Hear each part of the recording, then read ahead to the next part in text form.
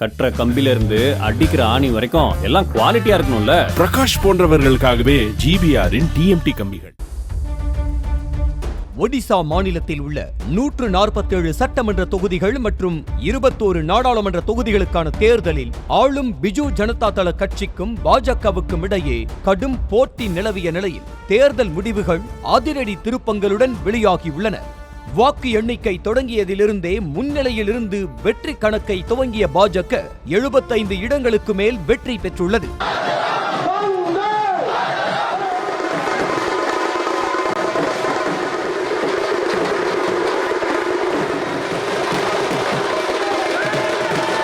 இதன் மூலம் 2000 ஆண்டிலிருந்து 24 ஆண்டுகளாக தொடர்ந்து 5 முறை ஒடிசா மாநில முதலமைச்சர் பதவியில் இருந்து வந்த நவீன் பட்நாயக் நடந்து முடிந்த தேர்தலில் தோல்வியடைந்து ஆட்சி பொறுப்பை இழக்கும் நிலைக்கு ஆளாகியுள்ளார்.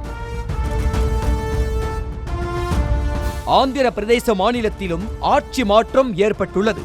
மொத்தமுள்ள 175 தொகுதிகளில் ஆரம்பம் முதலே அம்மாநிலத்தில் ஆட்சியில் இருந்த ஜெகன்மோகன் ரெட்டியின் ஒய்எஸ்ஆர் காங்கிரஸ் கட்சிக்கு வாக்கு சதவீதம் இறங்குமுகமாக சென்ற நிலையில் சந்திரபாபு நாயுடுவின் தெலுங்கு தேசம் கட்சிக்கு ஏறுமுகமாக இருந்தது.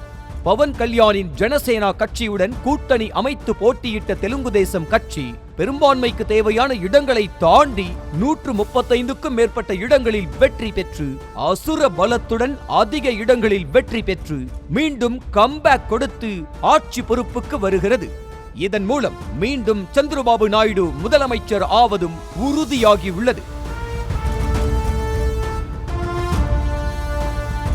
ஆந்திர மாநிலத்தில் ஆளும் கட்சியாக இருந்த ஜெகன்மோகன் ரெட்டியின் ஒய்எஸ்ஆர் காங்கிரஸ் கட்சி வெறும் 10 இடங்களில் மட்டுமே வெற்றி பெற்று மோசமான தோல்வியை தழுவி உள்ளது. சந்திரபாபு நாயுடுவோடு கூட்டணி அமைத்து போட்டியிட்ட பவன் கல்யாணின் ஜனசேனா சக்தி கூட 21 இடங்களை பிடித்திருக்கும் நிலையில் ஒரே தேர்தலில் ஆளும் கட்சி அந்தஸ்தில் இருந்து 3வது இடத்திற்கு தள்ளப்பட்டுள்ளது ஒய்எஸ்ஆர் காங்கிரஸ். செங்கல்ல இருந்து சுண்ணாம்பு வரைக்கும் கஸ்டமருக்கு நாம தானே கேரண்டி. கான்ட்ராக்டர் குமார் மாதிரி ஆளுங்களுக்கு தான் ஜிபிஆரின் டிஎம்டி கம்பிகள். செய்திகளை உடனுக்குடனும் துல்லியமாகவும் தெரிந்து கொள்ள சப்ஸ்கிரைப் பண்ணுங்க.